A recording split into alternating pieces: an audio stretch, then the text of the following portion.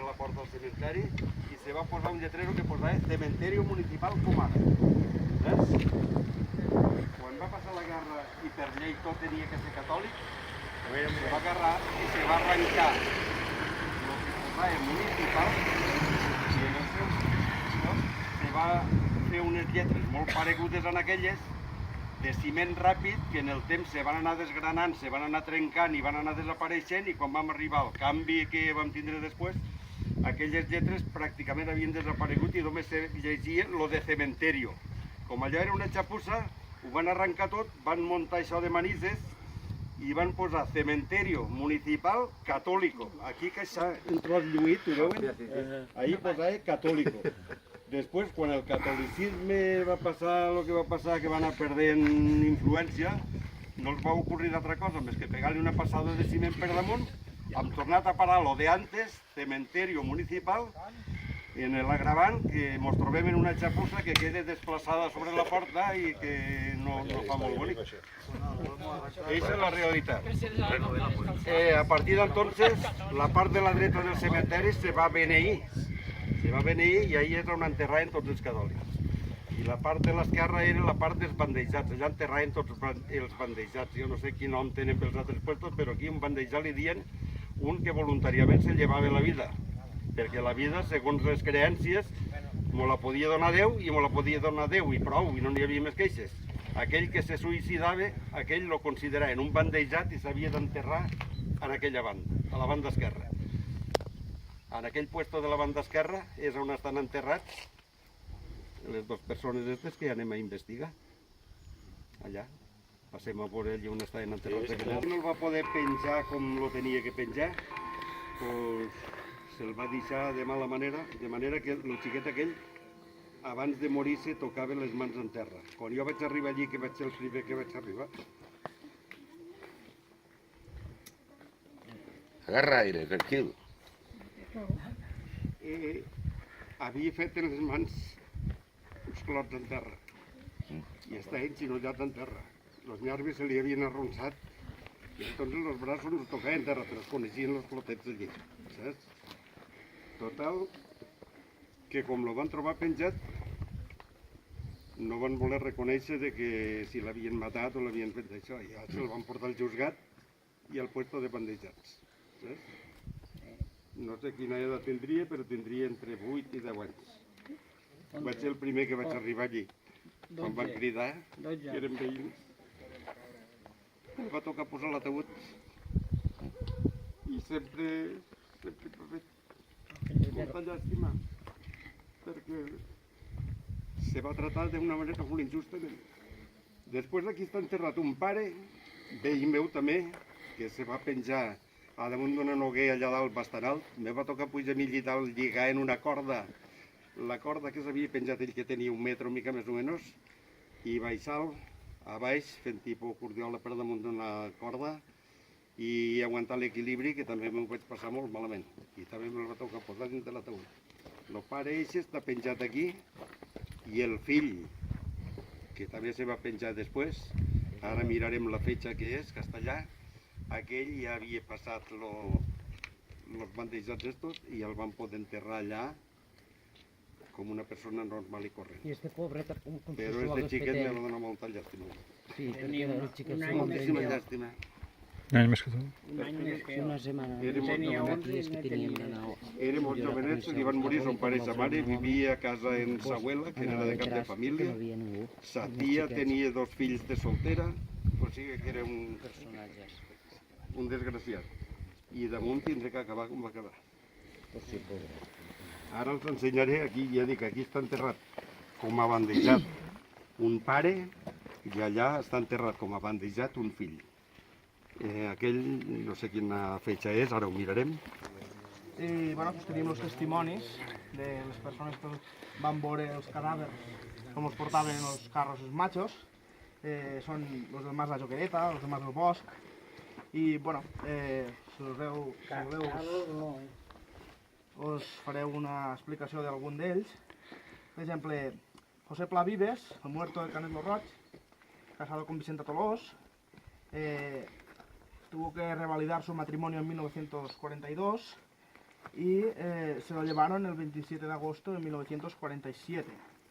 Està l'explicació de la seva viuda i bueno, hi ha 3 persones que, com per exemple de Nelo de la Joquereta, que va veure com s'ho emportaven. Per exemple, Nelo de la Joquereta estava a la masia d'en Serrà parlant en el seu amo y este citaba textualmente: vino para que mi padre le ayudase a arreglar las peticiones de una herencia. Quería ir a hablar con el notario de Morella. Estando en casa del notario, se entera que lo busca la Guardia Civil, salta de casa del notario y se presenta en una casa particular. De ahí marcha y se va. A Nelo se le había muerto un pariente en Morella, estuvimos jugando las cartas en Vallibona. Cuando se hizo de tarde, nos marchamos. Nosotros hacia la Masía y a la Morella. A Nelo, alguien que lo quería bien, debió avisarlo. Además, para dificultar que la Guardia Civil pudiese trasladarse a Morella con el último coche que había en Vallibona, el de Costa, de la Masía de la Costa, esa persona pinchó las ruedas. Lo cierto es que Nelo su casa ya no volvió. Yo entonces tenía, antes de irme al servicio militar, 21 años y 23 de licenciarme. Mi novia para entonces era Primitiva Martí Pla, sobrina de Nelo. Nelo tenía 2 hijas y dos hijos. Luego tuvo 2 más. Més tard explica que él fue con los maquis y cuando se fue a Francia, su mujer bajaba a Chert a arreglarse los papeles y se quedaba en nuestra casa en la calle Fredes. És a dir, esta persona, per només haver vist com s'emportaven aquestes 2 persones que es van enterrar aquí, lo van culpar. Més tard tenim les 2 persones que, segons el llibre municipal d'actes, no hi havia cap anotació sobre aquestes 2 persones. Més tard, que ocupa una transferència de fondos, ho va ocupar l'alcalde el dia 20 de juliol de l'any 47, que va informar sobre 2 desgràcies personales en la localitat.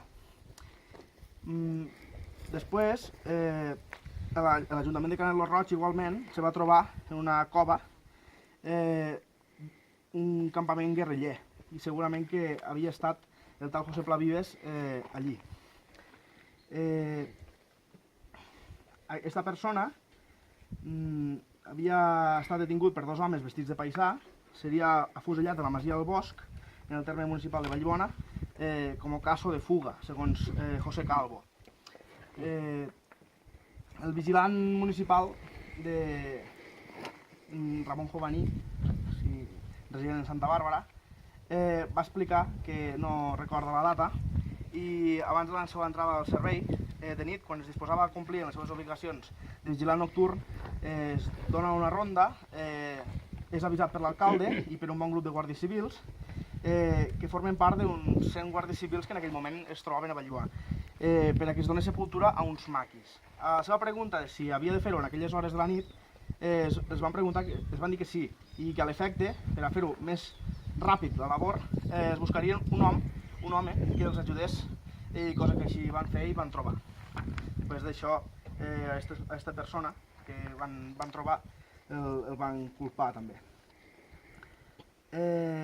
La masia no és altra que la Joquereta. Més tard, quan es parla d'una masia complicada, prop de la província de Teruel, que havia hagut sabotatges en època de postguerra.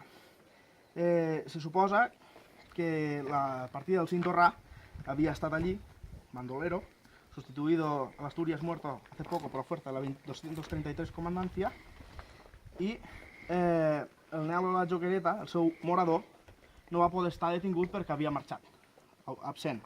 Acto seguido se dispuso se empleara toda la fuerza en dar batidas, reconociendo las casas de campo, barrancos y sitios en que pudiera estar oculto. A las 9 horas del mismo día fue visto un grupo de bandoleros que, al verse descubiertos a corta distancia, hizo fuego con una metralleta y un fusil, no causando bajas a las fuerzas por el orden abierto de aproximación y preocupaciones con que marchaba, resultando en cambio 2 bandoleros muertos, ocupándoseles una metralleta con el número ilegible, 2 fusiles Mausin, números y un total de 78 cartuchos, no pudiendo ser identificados por carecer de documentación. Y se suposa que aquestes persones són els que estan enterrats aquí. Un és el de Canet lo Roig, José Pla Vives, i l'altre que no sabem el nom, que va ser d'Ares, del Maestrat. I amb això volem fer memòria de dues persones que bueno, no van arribar aquí en circumstàncies com a perdedors de la Guerra Civil, que millor per causes polítiques estaven tot això, i pues, bueno, no se'ls va fer cristiana sepultura. Si algú més vol comentar alguna cosa que estigui més enterat del que sabem, benvingut sigui.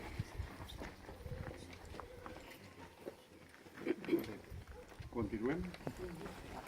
S'assistia al funeral que es va fer a la catedral de Tortosa, plena de gent a tope. Mossèn Paco, que és el que feia la missa aquella, la va poder fer com una persona normal i corrent i va dir que Manolo era una persona bona, que sempre que ve que un puesto necessitaven una mà no reparava en ajudar. La dona va ser valenta, va agarrar el micròfon i va pujar a donar moltes gràcies a tots els que estàvem allí. I jo vaig pensar en aquell moment que ni mossèn Paco ho haguera pogut fer allò, ni la dona tampoc, perquè s'hagueren emportat el seu cos, el juzgat, i ells ja s'hagueren perdut tot el control. I degut a que el temps havia canviat, lo van poder fer un bon funeral, lo van poder enterrar en els abuelos i van poder fer el que normalment se deu haver de fer. Això Manolo va ser l'últim suïcidat que jo recordo. I aquí davant està el que els dia que allà està son pare i aquí està son fill. Aquí veus, Castella Quartella, que va morir l'any 85. Este va ser el primer bandejat que se va enterrar aquí en un nínxol. Mentre que son pare, que ho va fer uns anys antes, son pare està enterrat allà, com a bandejat. Eren veïns meus, és aquell que els he dit que vaig pujar jo despenjau de damunt de l'ànol.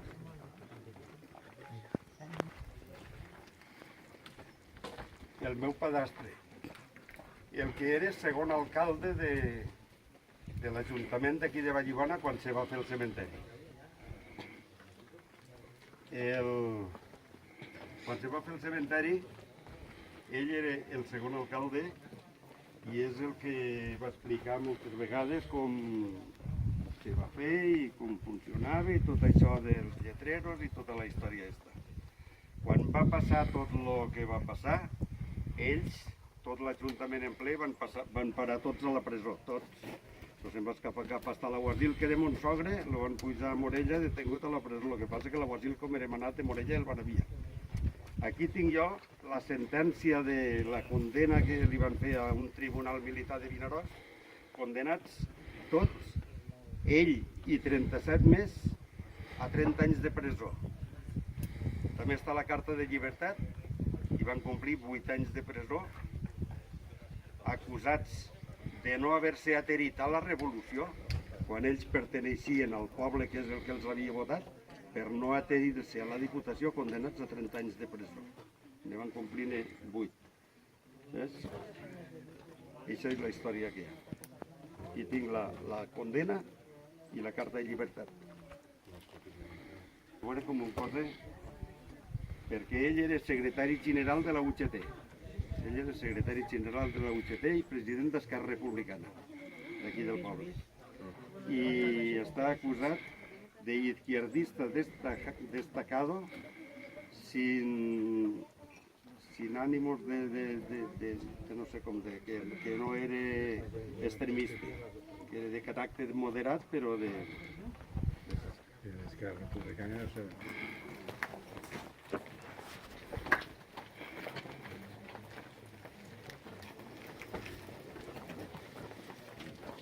I aquí hi ha enterrats dos capellans que van matar quan la guerra.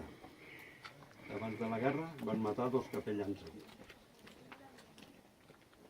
La família dels dos capellans estos va poder recuperar els cossos, els va poder enterrar ahí, sabia on els tenia, sabia on ha pogut anar a posar els flors i bueno, això, cosa que aquells d'allà saben que estan colgats de terra a Vallibona, però ni saben on estan, ni els podran recuperar mai en la vida ni res del món. I a més, aquí hi ha més història encara. Abans d'estos capellans aquí se van matar dos... Va haver una altra mort violenta. I els he dit que el meu padastre era secretari general de la UGT. Però ell dia que els de la UGT no se podien menjar un rosco, perquè estava la CNT, que la CNT llevava el qui tenia i donava el qui no tenia. I, claro, aquells oferien més que els de la UGT. Els de la UGT eren reivindicatius i no donaven res. Els altres, com donaven, doncs aquells, la gent estava tots en ells. Van agarrar i van incautar boscos i van posar gent buscant empleo, donaven faena i feien diners del carbó que traien, tot per a donar pa a la gent. I la UGT això no ho podia fer. Total, que aquella gent, com venien i incautaven boscos i tot això, un dia els van muntar una emboscada i els van emprendre a tiros. Venien de fora, els assessors que venien de fora a assessorar els d'aquí del poble de lo que havien de fer, i els van muntar l'emboscada, ne van matar un altre diu que va entrar al forn este que hi ha entrant a baix al carrer Pla, forn aquell que baixa les escales, tots els anys de parlem en un que està allí dins en sa mare, diu que en un tiró de perdigons al cul se revolcava per allí, diu que com un gos rabiós, saps? I van carregar el mort, van carregar els ferits, aquella gent i se'n van anar. I a raïs de tot allò, el padastre que era de l'Ajuntament doncs van fer una sessió d'urgència, a veure com podien frenar allò. I estant allí en aquella reunió, se va presentar un cunyat d'un capellà d'estos allí i els va dir, diu, a casa acaba d'arribar mon cunyat. Diu, jo no vull cap responsabilitat, allí està i feu vosaltres el que voleu. I l'alcalde diu que li va dir, diu, ni a tu t'han preguntat per ton cunyat, diu, ni nosaltres ne volem saber ni res dels problemes que tingueu tu i ton cunyat, diu, apanyeu-se vosaltres, diu, que nosaltres aquí estem reunits per una altra cosa. Total, que en l'endemà se presenten un grup de milicianos en busca d'aquells dos capellans, que és el que els anaven seguint la pista, i van sospechar que estarien al poble. Venen aquí, pregunten, i diuen que si havien marxat cap al Mas de Cardona, que eren família i van anar en busca de refugi allà al Mas de Cardona. Total, que la meva mare està a l'hort contra el barranc, contra el camí que va cap al Mas de Cardona, i va veure que de matí pujaven els dos capellans, que els havia vist més vegades i els coneixia, i detrás diu que pujaven un grup de milicianos acompanyats per dos homes del poble. I al cap d'un rato ja diu que baixaven els milicianos aquells i aportaven els capellans i després els van matar els capellans. Però què passa? Que quan van tancar tot l'Ajuntament que us parlava antes, els van tancar tots a la presó, els dos que van acompanyar els milicianos allà dalt a presar els capellans, aquells dos se'ls van emportar presos en ells, però després els van separar del grup. I aquelles dues persones, filles del poble, estan desaparegudes, no sap ningú on estan, a la presó van desaparèixer. A pesar de que preguntes a la gent, els més vells, a veure com va ser, a veure com va passar, la gent encara miren pel costat a veure si hi ha alguna paret que pugui produir eco, a veure si hi ha que tenen temor, però hi ha dues persones desaparegudes. Jo vaig conèixer els dos fills huérfanos que van quedar d'aquelles persones. El que va tenir la sort que va viure al costat de sa mare se va criar i bé, però el que sa mare va morir d'angoixa i va viure, se va criar amb els abuelos, damunt de la que li caïa, doncs, bueno, val més no parlar-ne perquè donaven llàstima, tampoc no hi havia dret. I ara després resulta que a un d'estos lo fan sant perquè diuen que és un màrtir, i els demés que els demés no són màrtirs, els demés, dos desapareguts per aquí, dos desapareguts per allà. Aquells no són màrtirs, només són màrtirs estos. Aquestes famílies i la congregació han tingut tots els privilegis, aquells no n'han tingut cap. O sigui que hi ha coses que te fan enfadar. Tot això és el que sé jo, i tot això és el que he volgut portar.